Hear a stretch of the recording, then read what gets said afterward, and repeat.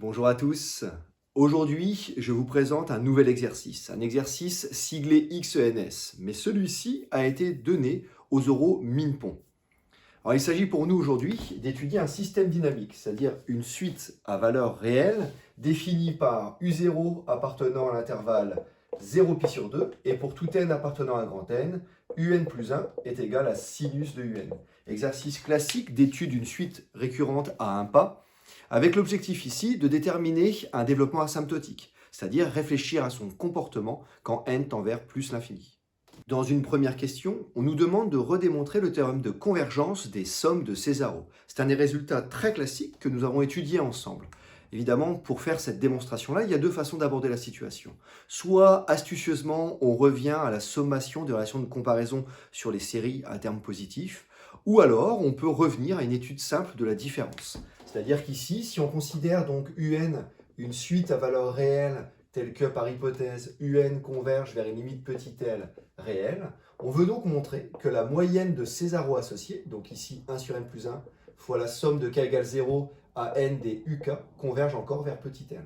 Alors pour ce faire, on va fixer n dans un premier temps appartenant à grand N, et on va essayer de majorer la différence 1 sur n plus 1 fois la somme des uk moins petit l, et montrer que cette différence peut être rendue négligeable à partir d'un certain rang.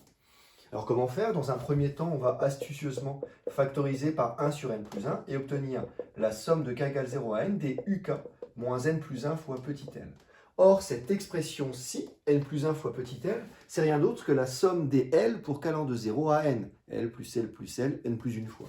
Autrement dit, en écrivant ceci sous la forme d'une somme et par linéarité de la somme, je peux obtenir 1 sur n plus 1 fois la somme des uk moins L. Mais l'inégalité triangulaire me donne alors la majoration de ma distance ici, par 1 sur n plus 1 fois la somme de k égale 0 à n des uk moins n. Or, cette expression-là, je cherche à la rendre négligeable. Je vais alors invoquer l'hypothèse de convergence. Or, un convergent vers petit l, avec epsilon fixé dans mon exercice, il existe un rang à partir duquel les distances un moins l sont moindres qu'epsilon. Malheureusement, toutes ces distances ne sont pas forcément négligeables, elles le sont à partir d'un certain rang. C'est là où on va alors faire un découpage habile de cette somme, avec des distances qui peuvent être rendues négligeables et un certain nombre de distances qu'on ne maîtrise pas. Seulement, là où on va pouvoir faire passer la preuve, c'est que la somme pour laquelle on ne maîtrise pas forcément les distances est à cran fini. Autrement dit, ici, on en déduit que pour tout n ici supérieur ou égal à grand N, on récupère que ma distance 1 sur n plus 1 fois la somme de k égale 0 à n des uk moins L est majorée par 1 sur n plus 1 fois la somme de k égale 0 à grand N des uk moins L, plus la somme, alors attendez, je vais distribuer le 1 sur n plus 1, plus 1 sur n plus 1 fois la somme de k égale n plus 1 à petit n ici des uk moins L. Alors je vais faire une petite rectification, je vais placer un rang suffisamment grand, c'est-à-dire n strictement plus grand que n, tout simplement pour que cette somme ait du sens. Seulement ici, rappelez-vous, j'ai expliqué que ces distances-là, à partir d'un certain rang, étaient majorées en epsilon.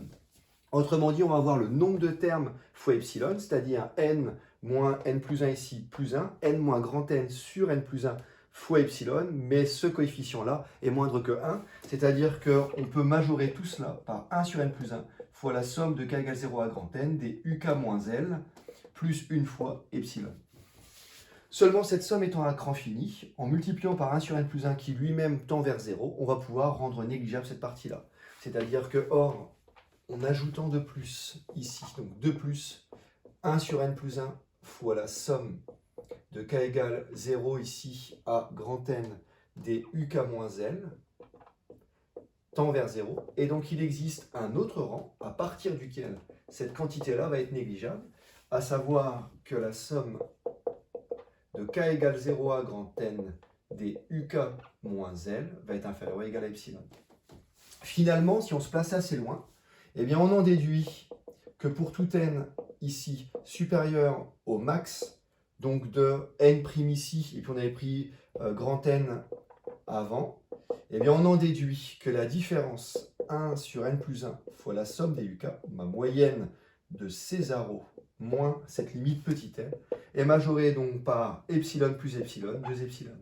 On a rendu négligeable à partir d'un certain rang cette différence-là, ce qui traduit ici la convergence. Alors vous allez me dire pour les puristes, quitte à travailler en epsilon sur 2 au départ et epsilon strictement positif fixé, on récupère la définition de la convergence et on en déduit que la somme de Césaro ici, 1 sur n plus 1, fois la somme des UK pour k allant de 0 à n tend encore vers petit n. Ce qui achève cette première question. Dans un deuxième temps, on me demande alors d'étudier le fameux système dynamique que j'avais présenté. Seulement, on me demande un équivalent simple de cette suite UN. Dans un premier temps, je vous propose de deviner ou de déterminer la limite associée, et après on s'interrogera à la recherche de cet équivalent. En ce qui concerne le système dynamique, il est donc donné par U0 appartenant ici à 0 pi sur 2, et pour tout n, nous avons la relation de récurrence UN plus 1 est égale à sinus de UN. Alors, il s'agit d'un cas classique de MPSI, d'une relation de récurrence de la forme UN plus 1 est égal à f de UN.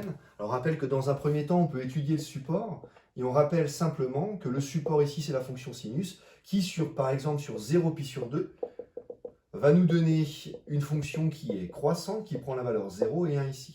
Alors, par chance, on s'aperçoit que si U0 appartient ici à l'intervalle 0 pi sur 2, eh bien son image va appartenir à 0,1, lui-même inclus dans 0 pi sur 2.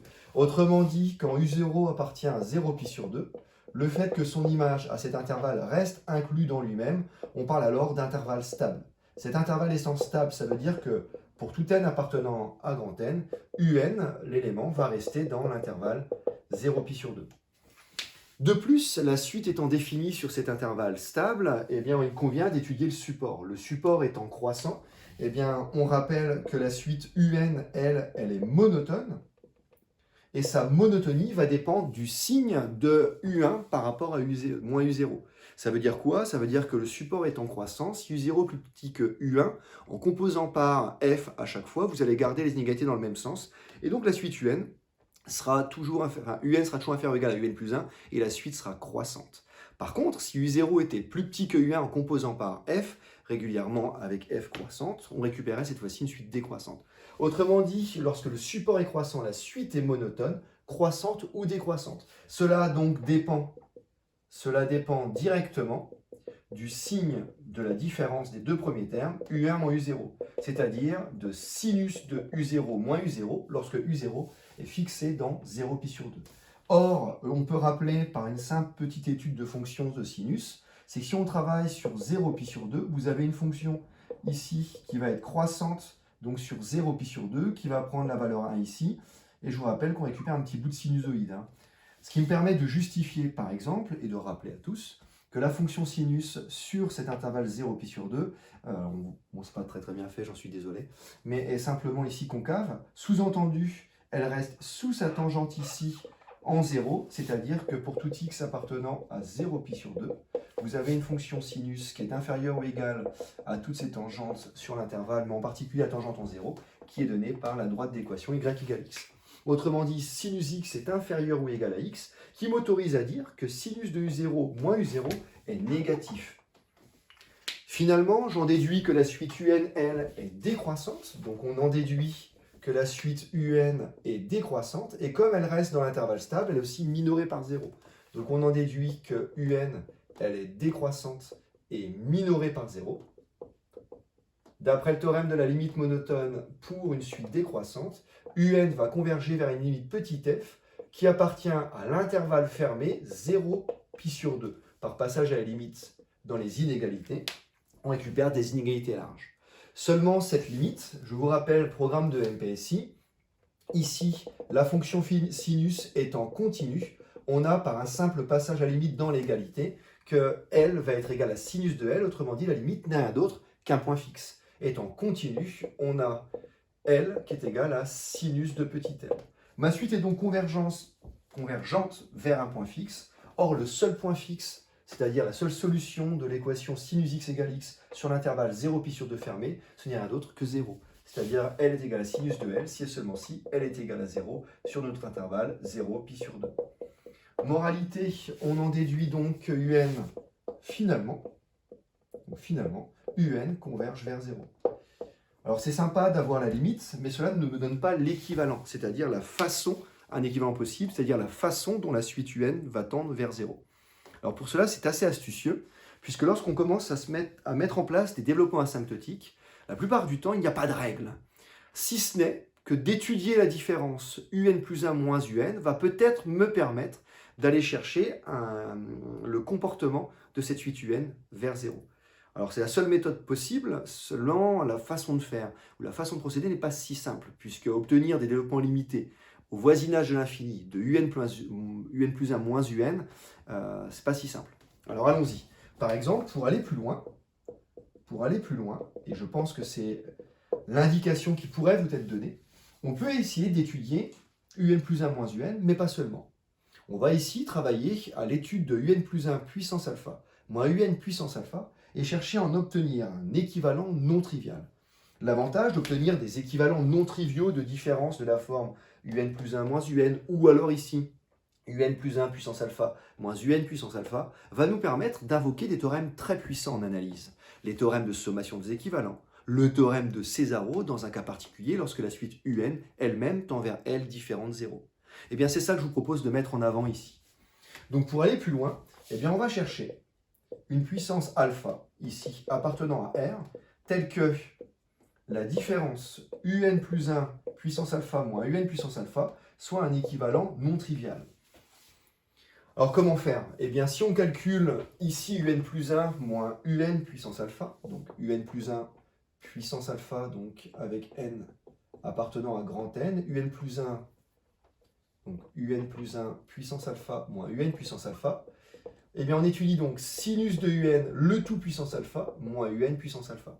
Alors l'avantage d'avoir étudié la suite, c'est qu'elle elle tend vers 0. Donc si je veux commencer à mettre en place des développements limités, eh bien je me suis ramené finalement au comportement de sinus en 0, puisque quand n tend vers plus l'infini, un tend vers 0. Autrement dit, on va obtenir ici un moins un cube sur 6 plus un petit taux de un cube, en exploitant donc le développement limité de sinus ici à l'ordre 3, le tout puissance alpha, moins un puissance alpha. Autrement dit, en factorisant par un dans ma parenthèse ici, je vais avoir un puissance alpha, facteur de 1 moins un au carré sur 6, plus un petit taux de un au carré, moins un puissance alpha. Seulement voilà, si je vais mettre en place le développement limité, je vais aller jusqu'au bout. Je reconnais un développement limité classique de la forme 1 plus u qui tend vers 0 quand n tend vers plus l'infini ici, puisque un lui-même tend vers 0, le tout puissance alpha. Mais 1 plus u puissance alpha, si on en tire un développement limité, on a bien 1 plus alpha u plus alpha alpha moins 2, alpha moins 1 pardon, sur 2, le tout du carré, plus, etc. C'est-à-dire qu'ici, en allant plus loin sur le développement limité, on peut récupérer 1 en utilisant que la partie régulière, moins alpha un carré sur 6, plus un petit taux de un carré, le tout moins un puissance alpha. Si je développe cette expression-là, on s'aperçoit qu'on a un puissance alpha fois 1 moins un puissance alpha, et il me reste alors moins alpha un le tout puissance alpha plus 2 sur 6, plus un petit taux de un puissance alpha plus 2. Seulement mon objectif étant d'invoquer le théorème de Césaro ou le théorème de sommation des équivalents à partir d'un équivalent non trivial de un plus 1 puissance alpha moins un puissance alpha. Ça veut dire qu'en prenant par exemple ici, pour éviter un équivalent trivial, en prenant par exemple alpha est égal à moins 2, je vais obtenir par exemple que un plus 1 puissance moins 2 moins un puissance moins 2 va être égal à moins 2 sur 6, c'est-à-dire 2 sixièmes, à savoir 1 tiers. Donc on va obtenir 1 tiers ici fois un puissance 0, c'est-à-dire que lui va disparaître. C'est important si on veut un développement asymptotique qui soit un peu plus explicite, j'ai intérêt à éviter de l'exprimer en fonction de un, parce que ça ne m'apportera aucune information. C'est là déjà d'ailleurs une des difficultés de ces développements asymptotiques. Ce qui me permet d'en déduire qu'on obtient 1 tiers plus un petit taux de 1 ici. Autrement dit, finalement, on en déduit un équivalent classique, à savoir que 1 sur n plus 1 au carré moins 1 sur un au carré est équivalent à 1 tiers. D'où mon équivalent non trivial quand n tend vers plus l'infini. Mais alors, comment récupérer un équivalent simple de la suite un? Eh bien, lorsqu'on a un terme général de série télescopique ici, équivalent à quelque chose, eh bien, on peut invoquer deux théorèmes. On peut ou bien invoquer le théorème de sommation des équivalents, ou le théorème de convergence des sommes de Césaro. Dans cet exercice, comme il était rappelé, le théorème de convergence de somme de Césaro, eh bien, comme ici, on a le terme général d'une série télescopique, ici, comme la suite ici, pardon, tend vers 1 tiers, alors le théorème de convergence somme de Césareux me dit que la moyenne associée, ici, va simplement tendre vers un tiers également. Ce qui veut donc dire que la somme partielle Sn sera automatiquement équivalente à un tiers fois n, par exemple.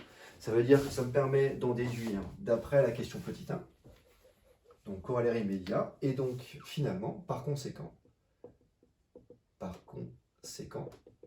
d'après 1, on récupère que la somme ici de k égale 0 à n des uk plus 1, alors des 1, je vais les mettre puissance moins 2, mais je vais les remettre comme je l'avais écrit ici, moins 1 sur uk au carré, décidément, elle va être équivalente donc à n plus 1, ici, fois 1 tiers. Or, cette somme télescopique peut aussi se réécrire comme 1 sur un plus 1 au carré, moins 1 sur u0 au carré, équivalent à n plus 1 sur 3, lui-même équivalent à n sur 3, si on veut gagner du temps. Est-ce que c'est bon pour vous? Ce qui me permet de dire quoi? Ce qui me permet de dire qu'on a une expression en 1 sur n plus 1 carré avec un qui tend vers 0. Donc ce rapport-là tend vers plus l'infini. Ce qui veut dire que ce terme-là est négligeable devant celui-ci. Or, si j'ai un terme qui est négligeable à l'infini, son comportement importe peu, de sorte que tout ceci est équivalent à 1 sur un plus 1 au carré. Autrement dit, j'en déduis que 1 sur n plus 1 sur un plus 1, le tout au carré, est équivalent à n sur 3, ce qui me permet d'en déduire, par passage à l'inverse ici, que un plus 1 au carré est équivalent à 3 sur n, ou encore que un plus 1 est équivalent à racine de 3 sur racine de n quand n tend vers plus l'infini. Vous allez me dire, si on fait le décalage, eh bien on obtient que un ici va être équivalent à racine de 3 sur racine de n-1, lui-même équivalent à racine de 3 sur racine de n. C'est-à-dire que si on propose un équivalent simple au comportement asymptotique ici de un est donc tend vers 0 à la manière de racine de 3 sur racine de n. Ce qui achève cette deuxième question. Et dans une dernière question, on nous demande d'aller plus loin, d'aller chercher deux termes à ce développement asymptotique. Seulement, je vous ai expliqué qu'il n'y avait pas de méthode générale. La seule chose que l'on peut faire, et ce qu'on essaye souvent de faire, c'est de travailler sur la différence entre deux termes. Je vous rappelle qu'ici, on a montré, on a établi que un était équivalente à racine de 3 sur racine de n quand n tend vers plus l'infini. De manière équivalente, ça veut dire que un peut se écrire racine de 3 sur racine de n plus un petit taux de 1 sur racine de n.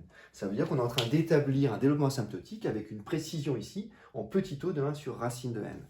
Si on veut aller plus loin, habituellement, on peut poser ici Vn qui est égal à un moins racine de 3 sur racine de n. C'est d'ailleurs ce que l'on fera avec l'étude de la série harmonique pour pousser plus loin le développement asymptotique.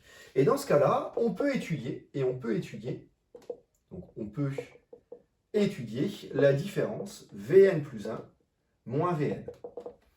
Avec l'objectif, encore une fois, d'aller chercher un développement limité à une précision un peu plus élevée pour affiner le comportement asymptotique de un au voisinage de l'infini. Seulement, quand vous mettez en place le travail sur Vn plus 1 moins Vn, je vais donc avoir un plus 1 moins un, mais aussi des quantités en 1 sur racine n plus 1 et 1 sur racine de n. Ce sont des quantités explicites dont on peut trouver des développements asymptotiques en se ramenant au développement limité usuel en 0. Malheureusement, la gestion de un plus 1 moins un reste toujours un petit peu difficile, parce que bien souvent, on arrive à avancer avec le développement limité. Je vous rappelle que un tend vers 0, mais malheureusement, on a un développement limité qui n'est pas forcément explicite et qui dépend très souvent lui-même de un. Et c'est là une des difficultés de l'exercice. On a eu la chance tout à l'heure en exprimant un développement limité et un équivalent non trivial. Je vous rappelle qu'on a quand même choisi alpha est égal à moins 2 pour obtenir une constante et pour lequel la somme de Césareux nous donnait quelque chose d'intéressant. Seulement, lorsque vous mettez en place ce développement limité-là, vous apercevez qu'il y a une partie qui va très très bien. On peut augmenter l'ordre du développement limité. Par contre, il y a une partie qu'on n'arrive pas à étayer en un. Donc la stratégie ici va être de se ramener encore une fois à ce qu'on a fait précédemment, à la différence un plus 1 moins un avec une puissance. Et on va se ramener à la même puissance que tout à l'heure parce qu'on savait qu'on avait au moins le premier terme du développement asymptotique cherché. Autrement dit ici, plutôt que de travailler comme d'habitude avec une suite alternative Vn plus 1, Vn et étudier Vn plus 1 moins Vn, eh bien on va plutôt travailler de la manière suivante, c'est-à-dire donc, mais on a encore donc un plus 1 puissance moins 2 moins un puissance moins 2, je ne retravaille plus avec alpha, qui était égal à quoi? Et donc je vous rappelle, je vais refaire le travail, c'était sinus de un puissance moins 2 moins un puissance moins 2, qui était égal par développement limité, donc on recommence. On obtenait donc un moins un cube sur 6, en réinvestissant le développement limité de sinus à l'ordre 3. Et c'est là où je vais aller un peu plus loin, en un, et je vais aller chercher le terme d'ordre 5 associé, plus un puissance 5 ici, sur factoriel 5, sur 120, plus un petit taux de un à la puissance 5, le tout puissance moins 2, moins un puissance moins 2.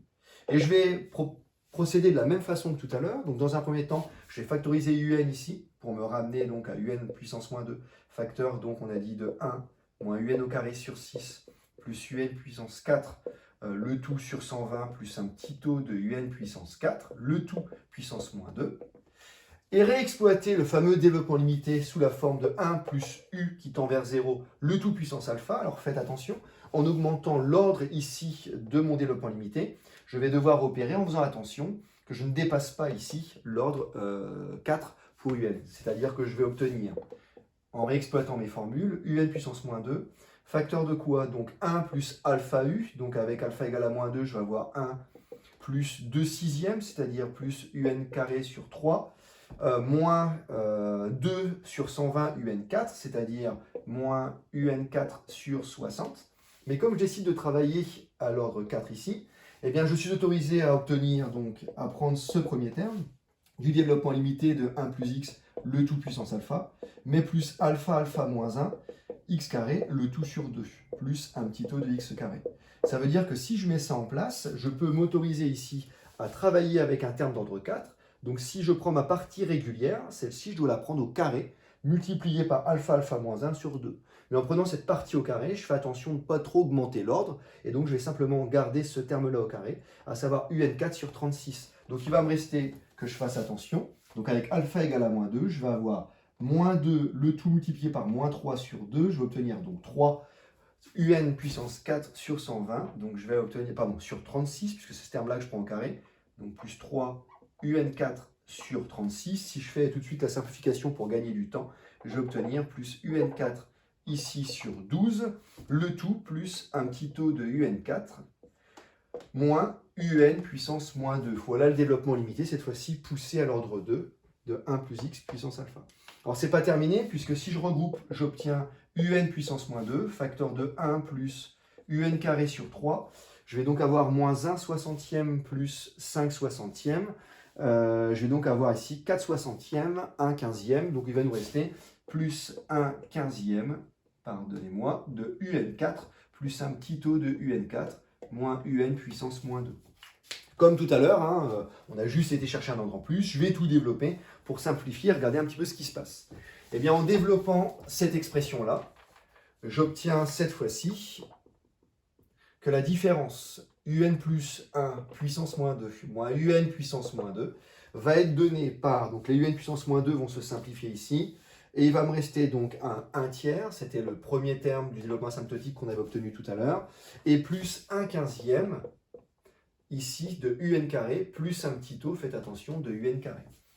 Ce qui me permet de dire, si je veux aller plus loin, et invoquer, encore une fois, un théorème de sommation des équivalents, ou le résultat ou le corollaire de la convergence des sommes de Césaraux, ce qui veut dire que, par exemple, ce qui équivaut à dire que 1 sur un plus 1 au carré, moins 1 sur un au carré, moins 1 tiers, va être équivalent, cette fois-ci, à 1 quinzième de un carré. Seulement, là où j'ai un petit souci, c'est que quand on a invoqué tout à l'heure le théorème de convergence des sommes de Césaraux, c'est que j'avais une constante non nulle ici. Et donc on disait que si la suite un tend vers L différente de 0, alors la suite des sommes partielles, ou plutôt la moyenne de Césaraux associée, va aller tendre encore vers petit l, et donc la suite des sommes partielles est équivalent à n fois l. Là, malheureusement, ce n'est pas une constante. Donc si j'invoque mon théorème de convergence des sommes de Césaraux, je vais avoir un équivalent à la somme elle-même, ce qui ne me donne pas d'information. Alors ce que l'on peut faire, ici, c'est simplement rappeler que cet équivalent-là peut se réécrire. Pourquoi? Un étant équivalent lui-même à racine de 3 sur racine de n, tout cela est équivalent donc à 1 quinzième, le tout multiplié par 3, ici, sur n. C'est-à-dire qu'on obtient 1 sur 5n. Et donc, si je veux aller plus loin, Je reconnais alors un équivalent d'une série que je sais être d'une série que je sais être divergente, puisqu'on reconnaît ici le terme général à une constante près de la série harmonique. Ça veut dire que, non pas en invoquant le théorème de convergence des sommes de Césareux, mais le théorème de sommation des équivalents, je peux récupérer que celle-ci diverge, pas de problème. Et en plus, et c'est ça qui m'intéresse dans les résultats en MP, c'est que la suite des sommes partielles du membre de gauche ici, va être équivalente à la somme partielle ici. Ça veut dire que je m'explique, c'est-à-dire qu'on en déduit, ça c'est étant le terme général d'une série divergente. On en déduit par comparaison sur les séries à termes positifs que la suite des sommes partielles ici, la somme de k égale 0 à n des 1 sur uk plus 1 au carré moins 1 sur uk au carré, le tout moins 1 tiers, va encore être équivalente à 1 cinquième fois, alors je vais me ramener ici, je vais sommer de k égale 1 à n, pour que ce soit cohérent ici, n'importe quoi, excusez-moi, je suis désolé, 1 cinquième fois la somme de k égale 1 à n des 1 sur k. On reconnaît la série harmonique, dont vous avez étudié en première année, mais aussi en deuxième année, exercice assez classique, un équivalent usuel qui est donné par ln de n, c'est-à-dire c'est équivalent à 1 cinquième ln de n. Vous allez me dire, oui, mais ce qui nous intéresse, c'est quand même la suite UN elle-même, mais n'oubliez pas, à gauche, on a quand même quelque chose qui est télescopique, c'est-à-dire que si je distribue la somme, ceci est aussi égal à 1 sur UN plus 1 au carré, moins 1 sur U1 au carré, le tout, attention, si je distribue la somme, moins n sur 3, va être équivalent à 1 cinquième de ln de n. Mais alors, comme tout à l'heure, ces deux quantités-là filent à l'infini, on a du 1 sur 0 plus, ça file à l'infini, donc lui est négligeable devant les deux autres. Ce qui me permet de réécrire encore une fois, donc on avance sur l'étude asymptotique, c'est-à-dire que par suite, je récupère donc que tout ceci est équivalent à ces deux choses-là, à savoir que 1 sur un plus 1 au carré moins n sur 3 est équivalent donc à 1 cinquième de ln de n.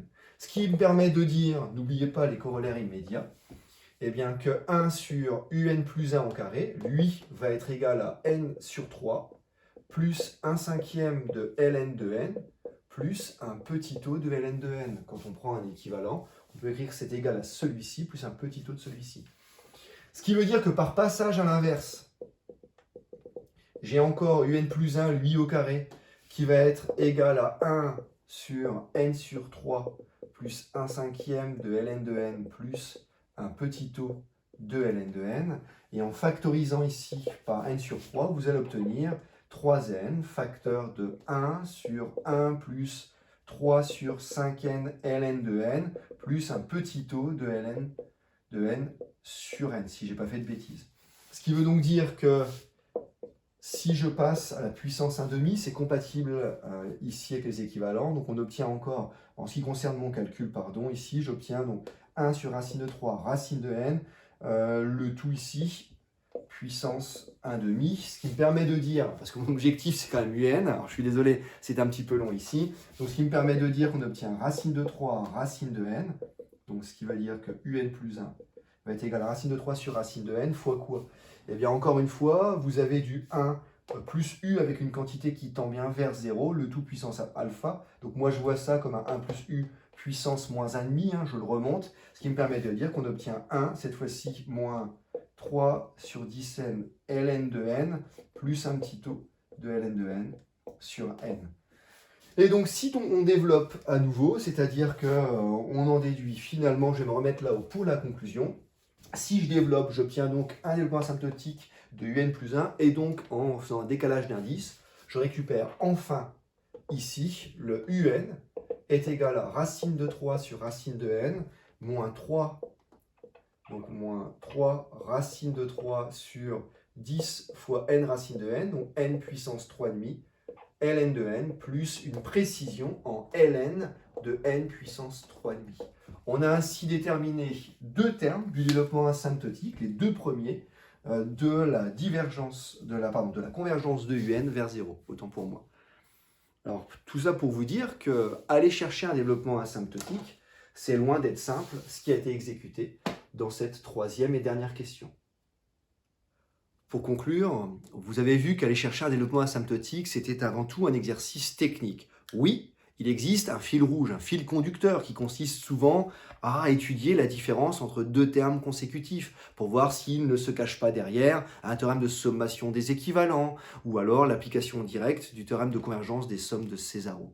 Malheureusement, vous pouvez le voir derrière moi, ce développement asymptotique commence à amener des précisions un petit peu farfelues. On n'est plus avec des monomes, on est avec des fractions en 1 sur n puissance alpha. On est ici avec des logs de n sur n puissance 3 demi. C'est ce qui rend l'exercice difficile. On ne peut pas à l'avance établir la forme du développement asymptotique. Donc retenez que dans ces exercices-ci, il y a quand même des théorèmes très puissants qui nous aident à avancer, à condition de se ramener à des formes usuelles.